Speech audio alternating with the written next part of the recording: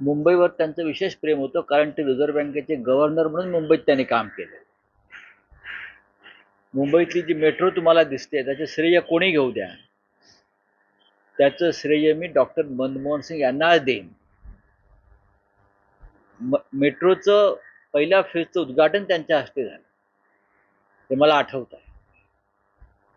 आणि मुंबईच्या विकासासाठी त्यांची काही स्वप्न होती, ती त्यांनी फार गाजावाजा न करता पूर्ण करण्याचा प्रयत्न केला.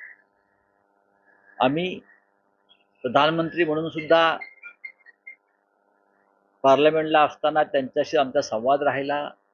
ते विरोधी पक्षात आले तेव्हाही त्यांच्याशी आमचा संवाद राहिला. हिंदुहृदय सम्राट बाळासाहेब ठाकरे यांचे त्यांचे अत्यंत जिव्हाळ्याचे संबंध होते. आम्ही सातत्यानं जेव्हा ते संसदेत यायचे, प्रधानमंत्री म्हणून यायचे आणि फार मोकळेपणानं वागायचे.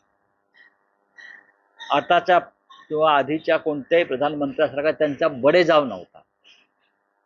लॉबीमध्ये भेटायचे, सभागृहात भेटायचे, शिवसेनेची शिष्टमंडळं जेव्हा त्यांच्याकडे जायची तेव्हा ते आमच्याशी प्रेमानं संवाद साधायचे. प्रत्येक वेळेला ठाकरेजी कैसे है, म्हणजे बाळासाहेब कसे आहेत हे विचारायचे. बाळासाहेबांनंतर उद्धवजी कैसे है असं ते विचारायचे आम्हाला सातत्याने. आणि आम्हाला वाटायचं की इतका मोठा माणूस आपल्याला ओळखतो की नाही, पण आम्ही समोर गेल्यावरती प्रत्येकाला नावानं संबोधायचे. राऊतजी कैसे हो, देसाईजी कैसे हो.